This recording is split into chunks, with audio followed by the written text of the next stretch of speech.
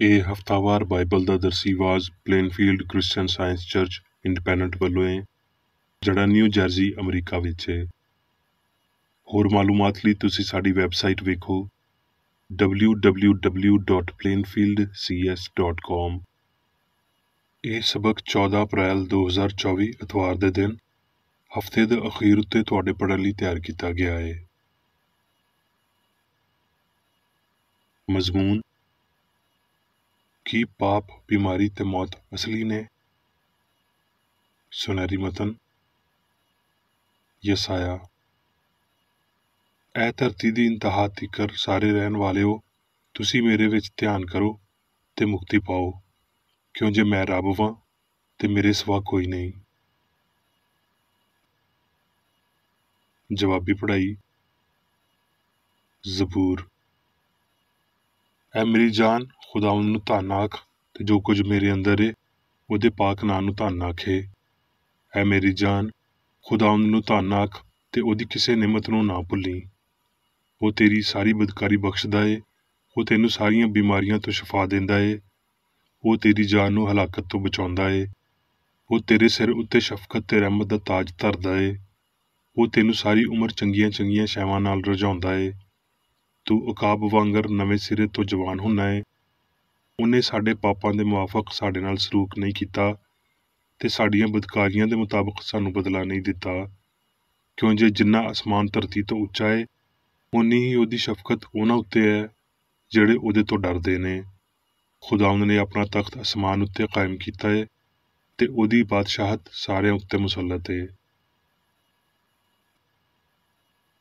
ਦਰਸੀ ਆਵਾਜ਼ ਬਾਈਬਲ ਵਿੱਚੋਂ ਯਰਮੀਆ: ਐ ਖੁਦਾਵੰਦ, ਤੂੰ ਮੈਨੂੰ ਸ਼ਿਫਾ ਦੇਵੇਂ ਤੇ ਮੈਂ ਸ਼ਿਫਾ ਪਾਵਾਂਗਾ, ਤੂੰ ਹੀ ਬਚਾਵੇਂ ਤੇ ਬਚਾਂਗਾ, ਕਿਉਂ ਜੇ ਤੂੰ ਮੇਰਾ ਫਖਰ ਏ।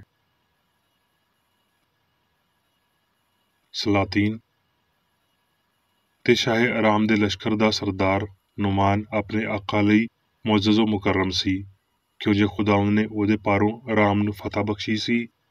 ਉਹ ਜ਼ਬਰਦਸਤ ਸੂਰਮਾ ਵੀ ਸੀ ਪਰ ਕੋੜੀ ਸੀ ਤੇ ਆਰਾਮੀ ਦਲ ਬਣ ਕੇ ਨਿਕਲੇ ਸੀ ਤੇ ਇਸਰਾਏਲ ਦੇ ਮੁਲਕ ਵਿੱਚੋਂ ਇੱਕ ਨਿੱਕੀ ਕੁੜੀ ਨੂੰ ਕੈਦ ਕਰਕੇ ਲੈ ਆਏ ਸੀ।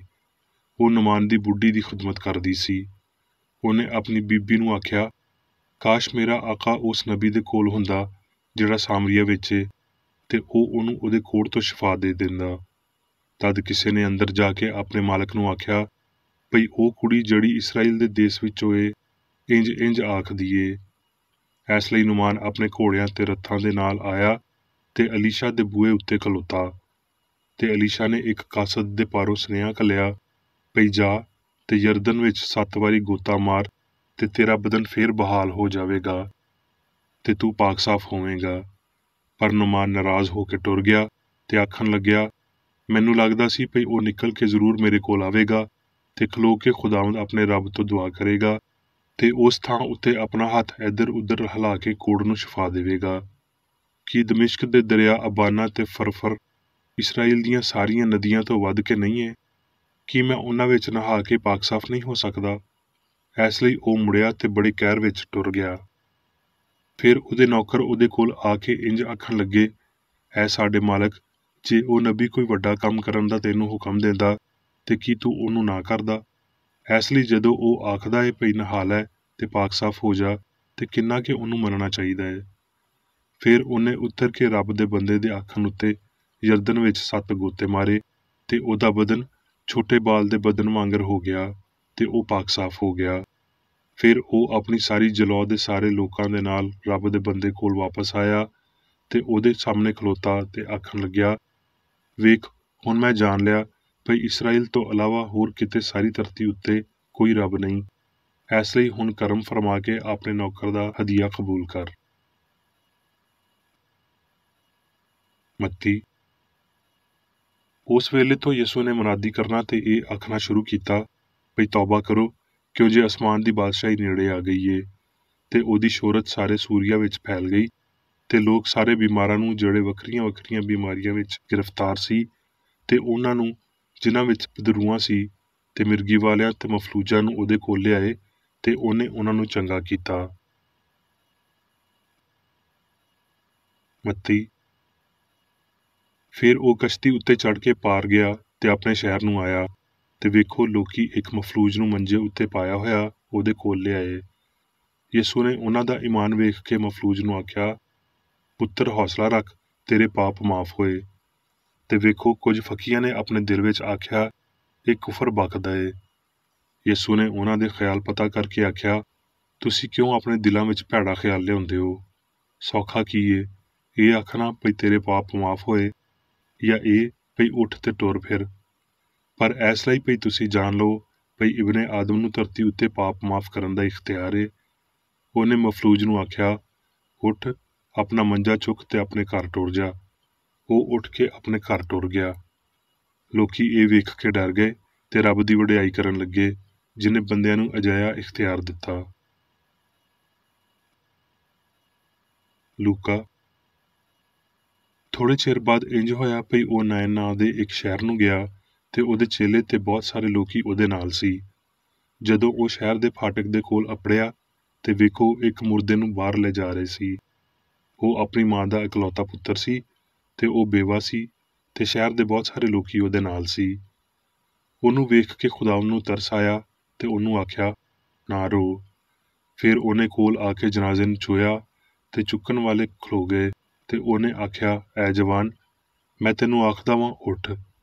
ਉਹ ਮੁਰਦਾ ਉੱਠ ਗਿਆ ਤੇ ਬੋਲਣ ਲੱਗਿਆ, ਤੇ ਉਹਨੇ ਉਹਨੂੰ ਉਹਦੀ ਮਾਂ ਦੇ ਹਵਾਲੇ ਕਰ ਦਿੱਤਾ। ਤੇ ਸਾਰਿਆਂ ਉੱਤੇ ਦਹਿਸ਼ਤ ਛਾ ਗਈ, ਤੇ ਰੱਬ ਦੀ ਵਡਿਆਈ ਕਰਕੇ ਆਖਣ ਲੱਗੇ, ਭਈ ਇੱਕ ਵੱਡਾ ਨਬੀ ਸਾਡੇ ਵਿੱਚ ਆਇਆ ਏ, ਤੇ ਰੱਬ ਨੇ ਆਪਣੀ ਉਮਤ ਵੱਲ ਧਿਆਨ ਕੀਤਾ ਏ। ਮੁਕਾਸ਼ਫਾ। ਯਿਸੂ ਮਸੀਹ ਦਾ ਮੁਕਾਸ਼ਫਾ, ਜਿਹੜਾ ਉਹਨੂੰ ਰੱਬ ਵੱਲੋਂ ਇਸ ਲਈ ਹੋਇਆ ਭਈ ਆਪਣੇ ਬੰਦਿਆਂ ਨੂੰ ਉਹ ਗੱਲਾਂ ਵਿਖਾਵੇ ਜਿਨ੍ਹਾਂ ਦਾ ਜਲਦ ਹੋਣਾ ਜ਼ਰੂਰ ਏ, ਤੇ ਉਹਨੇ ਫਰਿਸ਼ਤੇ ਨੂੰ ਘੱਲ ਕੇ ਉਹਦੀ ਮਾਰਫਤ ਉਹਨਾਂ ਨੂੰ ਆਪਣੇ ਬੰਦੇ ਯੂਹੰਨਾ ਉੱਤੇ ਜ਼ਾਹਰ ਕੀਤਾ। ਮੁਕਾਸ਼ਫਾ। ਫਿਰ ਮੈਂ ਇੱਕ ਨਵਾਂ ਅਸਮਾਨ ਤੇ ਨਵੀਂ ਧਰਤੀ ਨੂੰ ਵੇਖਿਆ, ਕਿਉਂ ਜੇ ਪਹਿਲਾ ਅਸਮਾਨ ਤੇ ਪਹਿਲੀ ਧਰਤੀ ਜਾਂਦੀ ਰਹੀ ਸੀ, ਤੇ ਸਮੁੰਦਰ ਵੀ ਨਾ ਰਿਹਾ। ਫਿਰ ਮੈਂ ਪਾਕ ਸ਼ਹਿਰ ਨਵੇਂ ਯਰੂਸ਼ਲਮ ਨੂੰ ਅਸਮਾਨ ਉੱਤੋਂ ਰੱਬ ਕੋਲੋਂ ਉਤਰਦਿਆਂ ਵੇਖਿਆ, ਤੇ ਉਹ ਉਸ ਵਹੁਟੀ ਤਰ੍ਹਾਂ ਸਜਿਆ ਹੋਇਆ ਸੀ, ਜਿਹਨੇ ਆਪਣੇ ਸ਼ੌਹਰ ਲਈ ਸ਼ਿੰਗਾਰ ਕੀਤਾ ਹੋਵੇ। ਫਿਰ ਮੈਂ ਤਖਤ ਵਿੱਚੋਂ ਕਿਸੇ ਨੂੰ ਉੱਚੀ ਆਵਾਜ਼ ਨਾਲ ਇਹ ਆਖਦਿਆਂ ਸੁਣਿਆ, ਭਈ ਵੇਖ, ਰੱਬ ਦਾ ਖੈਮਾ ਬੰਦਿਆਂ ਦੇ ਵਿਚਕਾਰ ਏ, ਤੇ ਉਹ ਉਹਨਾਂ ਦੇ ਨਾਲ ਸਕੂਨਤ ਕਰੇਗਾ, ਤੇ ਉਹ ਉਹਦੇ ਲੋਕ ਹੋਣਗੇ, ਤੇ ਰੱਬ ਆਪ ਉਹਨਾਂ ਦੇ ਨਾਲ ਰਵੇਗਾ, ਤੇ ਉਹਨਾਂ ਦਾ ਰੱਬ ਹੋਵੇਗਾ। ਤੇ ਉਹ ਉਹਨਾਂ ਦੀਆਂ ਅੱਖੀਆਂ ਦੇ ਸਾਰੇ ਅਥਰੂ ਪੂੰਝ ਦੇਵੇਗਾ। ਇਹਦੇ ਤੋਂ ਬਾਅਦ ਨਾ ਮੌਤ ਰਵੇਗੀ, ਤੇ ਨਾ ਵੈਨ ਰਵੇਗਾ, ਨਾ ਚੀਖੋ ਪੁਕਾਰ, ਨਾ ਪੀੜ। ਪਹਿਲੀਆਂ ਸ਼ੈਵਾਂ ਜਾਂਦੀਆਂ ਰਹੀਆਂ। ਤੇ ਜਿਹੜਾ ਤਖਤ ਉੱਤੇ ਬੈਠਿਆ ਸੀ, ਉਹਨੇ ਆਖਿਆ, ਵੇਖ, ਮੈਂ ਸਾਰੀਆਂ ਸ਼ੈਵਾਂ ਨੂੰ ਨਵਾਂ ਬਣਾ ਦੇਣਾ ਵਾਂ। ਫਿਰ ਉਹਨੇ ਆਖਿਆ, ਭਈ ਲਿਖ ਲੈ, ਕਿਉਂ ਜੇ ਇਹ ਗੱਲਾਂ ਸੱਚੀਆਂ ਤੇ ਬਰਹੱਕ ਨੇ। ਫਿਰ ਉਹਨੇ ਮੈਨੂੰ ਆਖਿਆ, ਇਹ ਗੱਲਾਂ ਪੂਰੀਆਂ ਹੋ ਗਈਆਂ। ਮੈਂ ਅਲਫਾ ਤੇ ਓਮੈਗਾ, ਯਾਨੀ ਸ਼ੁਰੂ ਤੇ ਅਖੀਰ ਵਾਂ। ਮੈਂ ਦਰਿਆਏ ਨੂੰ ਹਯਾਤੀ ਦੇ ਪਾਣੀ ਦੇ ਚਸ਼ਮੇ ਤੋਂ ਮੁਫਤ ਪਿਲਾਵਾਂਗਾ।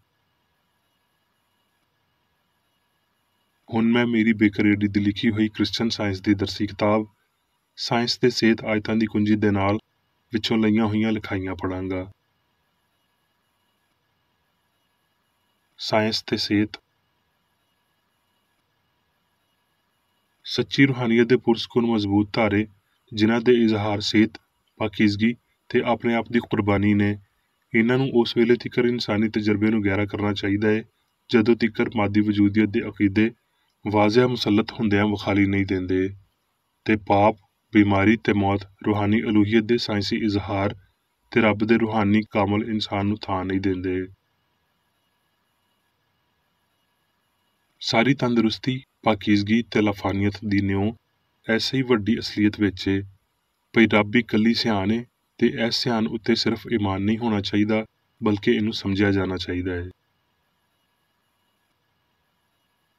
ਸਿਹਤ ਮਾਦੇ ਦੀ ਹਾਲਤ ਨਹੀਂ, ਬਲਕਿ ਸਿਆਣ ਦੀ ਹਾਲਤ ਏ, ਤੇ ਨਾ ਹੀ ਮਾਦੀ ਹਿੱਸਾ ਸਿਹਤ ਦੇ ਮੌਜੂ ਉੱਤੇ ਭਰੋਸੇ ਦੇ ਕਾਬਲ ਗਵਾਹੀ ਪੇਸ਼ ਕਰ ਸਕਦੀਆਂ ਨੇ। ਸ਼ਫਾਈਆ ਸਿਆਣ ਦੀ ਸਾਇੰਸ ਕਿਸੇ ਕਮਜ਼ੋਰ ਲਈ ਇਹ ਹੋਣਾ ਨਾਮੁਮਕਿਨ ਬਿਆਨ ਕਰਦੀ ਏ, ਜਦਕਿ ਸਿਆਣ ਲਈ ਇਹਦੀ ਅਸਲ ਤਸਦੀਕ ਕਰਨਾ ਜਾਂ ਇਨਸਾਨ ਦੀ ਅਸਲੀ ਹਾਲਤ ਨੂੰ ਜ਼ਾਹਰ ਕਰਨਾ ਮੁਮਕਿਨ ਪੇਸ਼ ਕਰਦੀ ਏ। ਇਸ ਲਈ ਸਾਇੰਸ ਦਾ ਇਲਾਹੀ ਅਸੂਲ ਬਦਨੀ ਹਿੱਸਾਂ ਦੀ ਗਵਾਹੀ ਨੂੰ ਬਦਲਦਿਆਂ ਹੋਏ ਇਨਸਾਨ ਨੂੰ ਬਤੌਰ ਸੱਚਾਈ ਹਮਾਹਗੀ ਦੇ ਨਾਲ ਮੌਜੂਦ ਹੋਣਾ ਜ਼ਾਹਰ ਕਰਦਾ ਏ, ਜਿਹੜਾ ਸਿਹਤ ਦੀ ਇਕੱਲੀ ਨਿਉ ਏ, ਤੇ इंज साइंस सारी बीमारी तो इनकार करदी, बीमार नूं शिफा दिंदी, झूठी गवाही नूं बर्बाद करदी ते मादी मंतक दी तरदीद करदी ਏ। फरेब नज़री, पाप, बीमारी ते मौत मादी फहम दी झूठी गवाही तो जन्म लेंदे ने, जिहड़ी लामहदूद रूह दे मरकजी फासले तो बाहर एक फर्जी नज़रिए तो सियान ते असल दी मुड़ी होई तस्वीर पेश करदी ਏ, जिहदे विच हर शै उत्तों लैके हेठां तिकर पुठी होई हुंदी ਏ। सारी असलीयत रब ते ओहदी मखलूक विच हम-आहंग ते अबदी ਏ। जो कुछ ਉਹ ਬਣਾਉਂਦਾ ਏ ਚੰਗਾ ਏ ਤੇ ਜੋ ਕੁਝ ਬਣਿਆ ਏ ਉਹਨੇ ਹੀ ਬਣਾਇਆ ਏ। ਇਸੇ ਲਈ ਪਾਪ, बीमारी ते मौत ਦੀ ਕੱਲੀ ਸੱਚਾਈ ਇਹ ਅਸਲੀਅਤ ਏ। ਬਗੈਰ ਅਸਲੀਅਤਾਂ, ਗਲਤ ਅਕੀਦਿਆਂ ਨਾਲ ਇਨਸਾਨ ਨੂੰ ਅਸਲੀ ਲੱਗਦੀਆਂ ਨੇ। ਜਦੋਂ ਤੀਕਰ ਰੱਬ ਉਹਨਾਂ ਦਾ ਪਰਦਾਫਾਸ਼ ਨਾ ਕਰ ਦੇਵੇ, ਉਹ ਅਸਲੀ ਨਹੀਂ ਕਿਉਂ ਜੇ ਰੱਬ ਵੱਲੋਂ ਨਹੀਂ। ਕ੍ਰਿਸਚਨ ਸਾਇੰਸ ਵਿੱਚ ਅਸੀਂ ਸਿੱਖਦੇ ਹਾਂ ਵੀ ਮਾਦੀ ਸੋਚ ਜਾਂ ਜਿਸਮ ਦੀ ਸਾਰੀ ਖਾਰਜ ਆਹੰਗੀ ਨਜ਼ਰ ਦਾ ਧੋਖਾ ਏ, ਜਿਹੜੀ ਭਾਵੇਂ ਅਸਲੀ ਤੇ ਇੱਕੋ ਜਿਹੀ ਵਿਖਾਲੀ ਦਿੰਦੀ ਏ, ਪਰ ਉਹ ਨਾ ਅਸਲ ਤੇ ਨਾ ਹੀ ਇੱਕੋ ਜਿਹੀ ਮਲਕੀਅਤ ਰੱਖਦੀ ਏ। ਸਿਆਣ ਦੀ ਸਾਇੰਸ ਸਾਰੀ ਬੁਰਾਈ ਤੋਂ ਆਰੀ ਹੁੰਦੀ ਏ। ਸੱਚਾਈ, ਰੱਬ, ਗਲਤੀ ਦਾ ਪਿਓ ਨਹੀਂ ਏ। ਪਾਪ, बीमारी ਤੇ ਮੌਤ ਦੀ ਗਲਤੀ ਦੇ ਅਸਰਾਂ ਦੇ ਤੌਰ ਤੇ ਦਰਜਾਬੰਦੀ ਕੀਤੀ ਜਾਣੀ ਚਾਹੀਦੀ ਏ। ਮਸੀਹ ਪਾਪ ਦੇ ਅਕੀਦੇ ਨੂੰ ਬਰਬਾਦ ਕਰਨ ਲਈ ਆਇਆ। ਇਲਾਹੀ ਅਸੂਲ ਹਰ ਥਾਂ ਤੇ ਮੌਜੂਦ ਤੇ ਕਾਦਰ ਮੁਤਲਕ ਏ। ਰੱਬ ਹਰ ਥਾਂ ਤੇ ਮੌਜੂਦ ਏ ਤੇ ਉਹਦੇ ਤੋਂ ਵੱਖ ਕੋਈ ਮੌਜੂਦ ਨਹੀਂ ਏ ਜਾਂ ਕੋਈ ਤਾਕਤ ਨਹੀਂ ਏ। ਮਸੀਹ ਇੱਕ ਮਿਸਾਲੀ ਸੱਚਾਈ ਏ, ਜਿਹੜੀ ਕ੍ਰਿਸਚਨ ਸਾਇੰਸ ਦੇ ਪਾਰੋਂ बीमारी ਤੇ ਪਾਪ ਤੋਂ ਸ਼ਿਫਾ ਦੇਣ ਲਈ ਆਉਂਦੀ ਏ ਤੇ ਸਾਰੀ ਤਾਕਤ ਰੱਬ ਨੂੰ ਮਨਸੂਬ ਕਰਦੀ ਏ। ਯਿਸੂ ਮਸੀਹ ਉਸ ਬੰਦੇ ਦਾ ਨਾਂ ਏ ਜਿਨੇ बीमार ਤੇ ਪਾਪੀ ਨੂੰ ਸ਼ਿਫਾ ਦੇਣ ਨਾਲ ਤੇ ਮੌਤ ਦੀ ਤਾਕਤ ਨੂੰ ਬਰਬਾਦ ਕਰਨ ਨਾਲ ਮਸੀਹ ਨੂੰ ਦੂਜੇ ਬੰਦਿਆਂ ਨਾਲੋਂ ਬਹੁਤਾ ਪੇਸ਼ ਕੀਤਾ। ਕਲੀਸਿਆਈ ਜ਼ਬਰ ਦੇ ਜ਼ਮਾਨੇ ਵਿੱਚ ਯਿਸੂ ਨੇ ਮਸੀਹਤ ਦੀ ਸੱਚਾਈ ਤੇ ਪਿਆਰ ਦੇ ਸਬੂਤ ਦੀ ਫਰਮਾਬਰਦਾਰੀ ਰੱਖਦਿਆਂ ਹੋਏ ਮਸੀਹਤ ਦੀ ਤਾਲੀਮ ਤੇ ਮਸ਼ਕ ਦਾ ਤਾਰਫ ਕਰਵਾਇਆ, ਪਰ ਉਹਦੇ ਨਮੂਨੇ ਤਿੱਕਰ ਅਪੜਨ ਲਈ ਤੇ ਉਹਦੇ ਅਸੂਲ ਦੇ ਮੁਤਾਬਕ ਗਲਤੀ ਤੋਂ ਪਾਕ ਸਾਇੰਸ ਨੂੰ ਅਜ਼ਮਾਉਣ ਲਈ बीमारी, पाप ਤੇ ਮੌਤ ਤੋਂ ਸ਼ਿਫਾ ਦਿੰਦਿਆਂ ਹੋਏ ਇਨਸਾਨੀ ਯਿਸੂ ਜਾਂ ਉਹਦੀ ਸ਼ਖਸੀਅਤ ਦੀ ਬਜਾਏ ਰੱਬ ਨੂੰ ਇਲਾਹੀ ਅਸੂਲ ਤੇ ਪਿਆਰ ਦੇ ਤੌਰ ਤੇ ਚੰਗੇ ਤਰੀਕੇ ਨਾਲ ਸਮਝਣ ਦੀ ਲੋੜ ਏ। ਆਪਣੇ ਕੰਮਾਂ ਨੂੰ ਆਪਣੇ ਲਫ਼ਜ਼ਾਂ ਦੀ ਨਿਸਬਤ ਬਹੁਤੀ ਅਹਿਮੀਅਤ ਦਿੰਦਿਆਂ ਹੋਏ ਯਿਸੂ ਨੇ ਜੋ ਆਖਿਆ ਉਹਨੂੰ ਇਜ਼ਹਾਰ ਦੇ ਰਾਹੀਂ ਪੂਰਾ ਕੀਤਾ, ਜੋ ਉਹਨੇ ਸਿਖਾਇਆ ਉਹਨੂੰ ਸਾਬਤ ਕੀਤਾ। ਇਹ ਮਸੀਹਤ ਦੀ ਸਾਇੰਸ ਏ। ਯਿਸੂ ਨੇ ਉਸ ਅਸੂਲ ਨੂੰ ਜਿਹੜਾ बीमार ਨੂੰ ਸ਼ਿਫਾ ਦਿੰਦਾ ਤੇ ਗਲਤੀ ਨੂੰ ਬਾਹਰ ਕੱਢਦਾ ਏ ਇਲਾਹੀ ਸਾਬਤ ਕੀਤਾ। बीमारी ਦਾ ਡਰ ਤੇ ਪਾਪ ਨਾਲ ਪਿਆਰ ਇਨਸਾਨ ਦੀ ਗੁਲਾਮੀ ਦੇ ਵਸੀਲੇ ਨੇ। ਜੇ ਤੁਸੀਂ ਇਹ ਸਮਝ ਜਾਓ ਕਿ ਇਹ ਫਾਨੀ ਵਜੂਦ ਆਪ ਇੱਕ ਫਰੇਬ ਏ ਤੇ ਉਹ ਸੁੱਚਾ ਨਹੀਂ ਏ ਤੇ ਤੁਸੀਂ ਸੂਰਤ ਹਾਲ ਉੱਤੇ ਕਾਬੂ ਪਾ ਲੈਂਦੇ ਹੋ। ਫਾਨੀ ਸਿਆਣ ਲਗਾਤਾਰ ਫਾਨੀ ਜਿਸਮ ਦੀਆਂ ਗਲਤ ਸਲਾਹਾਂ ਦੇ ਨਤੀਜਿਆਂ ਨੂੰ ਜਨਮ ਦਿੰਦੀ ਏ ਤੇ ਇਹ ਉਦੋਂ ਤੀਕਰ ਜਾਰੀ ਰਹਿੰਦਾ ਏ ਜਦੋਂ ਤੀਕਰ ਸੱਚਾਈ ਫਾਨੀ ਗਲਤੀ ਨੂੰ ਇਹਦੀਆਂ ਫਰਜ਼ੀ ਤਾਕਤਾਂ ਤੋਂ ਬਰਤਰਫ ਨਹੀਂ ਕਰ ਦਿੰਦਾ, ਜਿਹੜਾ ਫਾਨੀ ਫਰੇਬ ਦੇ ਹੌਲੇ ਜਿਹੇ ਜਾਲੇ ਨੂੰ ਸਾਫ਼ ਕਰ ਦਿੰਦਾ ਏ। ਜੇ बीमारी ਅਸਲੀ ਏ ਤੇ ਇਹ ਲਾਫਾਨੀਅਤ ਨਾਲ ਤਾਲੁਕ ਰੱਖਦੀ ਏ, ਜੇ ਸੱਚੀ ਏ ਤੇ ਇਹ ਸੱਚਾਈ ਦਾ ਹਿੱਸਾ ਏ। ਨਸ਼ੇ ਦੇ ਨਾਲ ਜਾਂ ਇਹਦੇ ਬਗੈਰ ਕੀ ਤੁਸੀਂ ਸੱਚਾਈ ਦੀ ਹਾਲਤ ਜਾਂ ਖਸੂਸੀਅਤ ਨੂੰ ਤਬਾਹ ਕਰੋਗੇ? ਪਰ ਜੇ ਪਾਪ ਤੇ बीमारी ਵਹਿਮ ਨੇ ਤੇ ਇਸ ਫਾਨੀ ਸੁਪਨੇ ਜਾਂ ਵਹਿਮ ਤੋਂ ਜਾਗਣਾ ਸਾਨੂੰ ਸਿਹਤਮੰਦੀ, ਪਾਕੀਜ਼ਗੀ ਤੇ ਲਾਫਾਨੀਅਤ ਦਿੰਦਾ ਏ। ਇਹ ਜਾਗਣਾ ਮਸੀਹ ਦਾ ਆਉਣਾ ਏ, ਸੱਚਾਈ ਦਾ ਵੇਲੇ ਤੋਂ ਪਹਿਲਾਂ ਇਜ਼ਹਾਰ ਜਿਹੜਾ ਗਲਤੀ ਨੂੰ ਬਾਹਰ ਕੱਢਦਾ ਤੇ बीमार ਨੂੰ ਠੀਕ ਕਰ ਦਿੰਦਾ ਏ। ਇਹ ਉਹ ਮੁਕਤੀ ਏ ਜਿਹੜੀ ਰੱਬ, ਇਲਾਹੀ ਅਸੂਲ, ਉਸ ਮੁਹੱਬਤ ਪਾਰੋਂ ਮਿਲਦੀ ਏ ਜਿਹਨੂੰ ਯਿਸੂ ਨੇ ਜ਼ਾਹਿਰ ਕੀਤਾ ਏ। ਕ੍ਰਿਸਚਨ ਸਾਇੰਸ ਤੇ ਇਲਾਹੀ ਮੁਹੱਬਤ ਦੀ ਤਾਕਤ ਕਾਦਰ ਮੁਤਲਕ ਏ। ਅਸਲ ਵਿੱਚ ਗ੍ਰਿਫਤ ਨੂੰ ਢਿੱਲਾ ਕਰਨਾ ਤੇ बीमारी, ਮੌਤ ਤੇ ਪਾਪ ਨੂੰ ਬਰਬਾਦ ਕਰਨਾ ਜਾਇਜ਼ ਏ।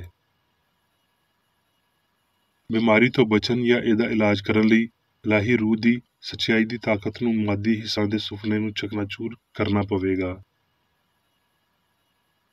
ਜ਼ਹਿਨੀ ਤੌਰ ਤੇ ਜ਼ੋਰ ਦਿਓ ਪਈ ਹਮ-आहंगी ਅਸਲੀਅਤ ਏ ਤੇ ਇਹ ਪਈ बीमारी ਆਰਜ਼ੀ ਸੁਪਨਾ ਏ। ਸਿਹਤਮੰਦੀ ਤੇ ਹਸਤੀ ਦੀ ਹਮ-आहंगी ਦੀ ਮੌਜੂਦਗੀ ਨੂੰ ਸਮਝੋ ਜਦ ਤੀਕਰ ਪਈ ਬਦਨ ਸਿਹਤ ਤੇ ਹਮ-आहंगी ਦੀਆਂ ਆਮ ਹਾਲਤਾਂ ਦੇ ਨਾਲ ਮੁਤਾਬਕਤ ਨਹੀਂ ਰੱਖਦਾ। ਹਯਾਤੀ ਅਸਲੀ ਏ ਤੇ ਮੌਤ ਵਹਿਮ ਏ। ਇਸ ਮੁਕਤਦਰ ਵੇਲੇ ਵਿੱਚ ਇਨਸਾਨ ਦੀ ਤਰਜੀਹ ਆਪਣੇ ਮਾਲਕ ਤੇ ਇਹਨਾਂ ਲਫ਼ਜ਼ਾਂ ਨੂੰ ਸਾਬਤ ਕਰਨਾ ਏ, ਜੇ ਕੋਈ ਬੰਦਾ ਮੇਰੇ ਕਲਾਮ ਉੱਤੇ ਅਮਲ ਕਰੇਗਾ ਤੇ ਉਹ ਹਮੇਸ਼ਾ ਤੀਕਰ ਕਦੀ ਮੌਤ ਨੂੰ ਨਾ ਵੇਖੇਗਾ। ਝੂਠੇ ਭਰੋਸਿਆਂ ਤੇ ਮਾਦੀ ਸਬੂਤਾਂ ਦੇ ਖਿਆਲਾਂ ਨੂੰ ਮੁਕਾਉਣ ਲਈ ਤਾਂ ਜੋ ਸ਼ਖਸੀ ਰੂਹਾਨੀ ਹਕੀਕਤਾਂ ਸਾਹਮਣੇ ਆਉਣ, ਇਹ ਇੱਕ ਬਹੁਤ ਵੱਡਾ ਹਾਸਲ ਕੁਨੰਦਾ ਹੈ ਜਿਹਦੇ ਰਾਹੀਂ ਅਸੀਂ ਗਲਤ ਨੂੰ ਮੁਕਾ ਦੇਵਾਂਗੇ ਤੇ ਸੱਚਾਈ ਨੂੰ ਥਾਂ ਦੇਵਾਂਗੇ। ਇਸ ਤਰ੍ਹਾਂ ਅਸੀਂ ਸੱਚਾਈ ਦੀ ਉਸ ਹੈਕਲ ਜਾਂ ਬਦਨ ਨੂੰ ਬਣਾਉਂਦੇ ਹਾਂ ਜਿਹਦਾ ਮਿਸਤਰੀ ਜਾਂ ਬਣਾਉਣ ਵਾਲਾ ਰੱਬ ਹੈ। ਜਦੋਂ ਬਿਮਾਰੀ ਜਾਂ ਪਾਪ ਦਾ ਭਰਮ ਤੁਹਾਨੂੰ ਅਜ਼ਮਾਉਂਦਾ ਹੈ ਤੇ ਰੱਬ ਤੇ ਉਹਦੇ ਖਿਆਲ ਦੇ ਨਾਲ ਮਜ਼ਬੂਤੀ ਨਾਲ ਜੁੜੇ ਰਹੋ। ਉਹਦੇ ਮਜ਼ਾਜ ਤੋਂ ਇਲਾਵਾ ਕਿਸੇ ਸ਼ੈ ਨੂੰ ਤੁਹਾਡੇ ਖਿਆਲ ਵਿੱਚ ਕਾਇਮ ਹੋਣ ਦੀ ਇਜਾਜ਼ਤ ਨਾ ਦਿਓ। ਕਿਸੇ ਡਰ ਜਾਂ ਸ਼ੱਕ ਨੂੰ ਤੁਹਾਡੇ ਇਸ ਵਾਜ਼ਿਆ ਤੇ ਮੁਤਮਿਨ ਭਰੋਸੇ ਉੱਤੇ ਹਾਵੀ ਨਾ ਹੋਣ ਦਿਓ ਭਈ ਹਯਾਤੀ ਦੀ ਪਛਾਣ ਦੀ ਹਾਮਾਂਗੀ ਜਿਵੇਂ ਭਈ ਹਯਾਤੀ ਸ਼ੁਰੂ ਤੋਂ ਹੈ, ਇਸ ਸ਼ੈ ਦੇ ਕਿਸੇ ਵੀ ਪੀੜ ਵਾਲੇ ਅਹਿਸਾਸ ਜਾਂ ਯਕੀਨ ਨੂੰ ਫਨਾ ਕਰ ਸਕਦੀ ਏ ਜਿਹੜਾ ਹਯਾਤੀ ਵਿੱਚ ਹੈ ਹੀ ਨਹੀਂ। ਜਿਸਮਾਨੀ ਹਿੱਸ ਦੀ ਬਜਾਏ ਕ੍ਰਿਸਚਨ ਸਾਇੰਸ ਨੂੰ ਹਸਤੀ ਦੇ ਬਾਰੇ ਤੁਹਾਡੀ ਸਮਝ ਦੀ ਹਮਾਇਤ ਕਰਨ ਦਿਓ ਤੇ ਇਹ ਸਮਝ ਗਲਤੀ ਨੂੰ ਸੱਚਾਈ ਦੇ ਨਾਲ ਪੁੱਟ ਕੇ ਸੁੱਟ ਦੇਵੇਗੀ, ਫਾਨੀਅਤ ਨੂੰ ਗੈਰ ਫਾਨੀਅਤ ਨਾਲ ਬਦਲ ਦੇਵੇਗੀ ਤੇ ਚੁੱਪ ਦੀ ਹਮਾਂਗੀ ਦੇ ਨਾਲ ਮੁਖਾਲਫਤ ਕਰੇਗੀ। ਹੁਣ ਮੈਂ ਮੀਰੀ ਬੇਕਰ ਏਡੀ ਵੱਲੋਂ ਚਰਚ ਮੈਨੂਅਲ ਵਿੱਚ ਦਿੱਤੇ ਹੋਏ ਰੋਜ਼ਾਨਾ ਦੇ 3 ਫਰਜ਼ ਪੜਾਂਗਾ। ਰੋਜ਼ਾਨਾ ਦੀ ਦੁਆ। ਇਸ ਚਰਚ ਦੇ ਹਰ ਰੁਕਨ ਦਾ ਇਹ ਫਰਜ਼ ਹੈ ਭਈ ਉਹ ਹਰ ਰੋਜ਼ ਇਹ ਦੁਆ ਕਰੇ, ਤੇਰੀ ਬਾਦਸ਼ਾਹੀ ਆਵੇ, ਇਲਾਹੀ ਸੱਚਾਈ, ਹਯਾਤੀ ਤੇ ਪਿਆਰ ਦੀ ਸਲਤਨਤ ਮੇਰੇ ਅੰਦਰ ਕਾਇਮ ਹੋਵੇ ਤੇ ਸਾਰੇ ਪਾਪ ਮੈਥੋਂ ਨਿਕਲ ਜਾਣ ਤੇ ਤੇਰਾ ਕਲਾਮ ਸਾਰੇ ਇਨਸਾਨਾਂ ਦੇ ਪਿਆਰ ਨੂੰ ਵਧਾਵੇ ਤੇ ਉਹਨਾਂ ਉੱਤੇ ਹਕੂਮਤ ਕਰੇ। ਮਕਸਦਾਂ ਤੇ ਕੰਮਾਂ ਦਾ ਇੱਕ ਅਸੂਲ। ਨਾ ਕੋਈ ਮੁਖਾਲਫਤ ਤੇ ਨਾ ਕੋਈ ਜ਼ਾਤੀ ਤਾਲੁਕ ਮਾਦਰੀ ਚਰਚ ਦੇ ਕਿਸੇ ਰੁਕਨ ਦੇ ਮਕਸਦਾਂ ਜਾਂ ਕੰਮਾਂ ਉੱਤੇ ਅਸਰ ਕਰਨੇ ਚਾਹੀਦੇ। ਸਾਇੰਸ ਵਿੱਚ ਬਸ ਇਲਾਹੀ ਪਿਆਰ ਹੀ ਹਕੂਮਤ ਕਰਦਾ ਹੈ ਤੇ ਇੱਕ ਮਸੀਹ ਸਾਇੰਸਦਾਨ ਪਾਪ ਨੂੰ ਰੱਦ ਕਰਦਿਆਂ ਹੋਏ ਸੁੱਚੀ ਭਰਾਬੰਦੀ, ਖੈਰਾਤ ਪਸੰਦੀ ਤੇ ਮਾਫੀ ਨਾਲ ਪਿਆਰ ਦੀਆਂ ਮਿੱਠੀਆਂ ਸੱਚਾਈਆਂ ਦਾ ਪਰਛਾਵਾਂ ਬਣਦਾ ਹੈ। ਇਸ ਚਰਚ ਦੇ ਸਾਰੇ ਰੁਕਨਾਂ ਨੂੰ ਸਾਰੇ ਪਾਪਾਂ ਤੋਂ, ਗਲਤ ਤਰ੍ਹਾਂ ਦੀਆਂ ਪੇਸ਼ਨਗੋਈਆਂ, ਮੁਨਸਫੀਆਂ, ਮੁਜ਼ਮਤਾਂ, ਸਲਾਵਾਂ, ਗਲਤ ਅਸਰਾਂ ਨੂੰ ਲੈਣ ਤੇ ਗਲਤ ਅਸਰ ਦੇਣ ਤੋਂ ਆਜ਼ਾਦ ਰਹਿਣ ਲਈ ਹਰ ਰੋਜ਼ ਖਿਆਲ ਰੱਖਣਾ ਚਾਹੀਦਾ ਹੈ ਤੇ ਦੁਆ ਕਰਨੀ ਚਾਹੀਦੀ ਹੈ। ਫਰਜ਼ ਲਈ ਚੁਸਤੀ। ਇਸ ਚਰਚ ਦੇ ਹਰ ਰੁਕਨ ਦਾ ਇਹ ਫਰਜ਼ ਹੈ ਭਈ ਉਹ ਹਰ ਰੋਜ਼ ਜਾਰਹਾਨਾ ਜ਼ਿਹਨੀ ਸਲਾਮਾਂ ਦੇ ਖਿਲਾਫ ਆਪਣੇ ਆਪ ਨੂੰ ਤਿਆਰ ਰੱਖੇ ਤੇ ਰੱਬ, ਆਪਣੇ ਕਾਇਦ ਤੇ ਇਨਸਾਨਾਂ ਲਈ ਆਪਣੇ ਫਰਜ਼ਾਂ ਨੂੰ ਨਾ ਕਦੀ ਭੁੱਲੇ ਤੇ ਨਾ ਕਦੀ ਨਜ਼ਰਅੰਦਾਜ਼ ਕਰੇ। ਉਹਦੇ ਕੰਮਾਂ ਦੇ ਰਾਹੀਂ ਉਹਦਾ ਇਨਸਾਫ ਹੋਵੇਗਾ, ਉਹ ਬੇਕਸੂਰ ਜਾਂ ਕਸੂਰਵਾਰ ਹੋਵੇਗਾ।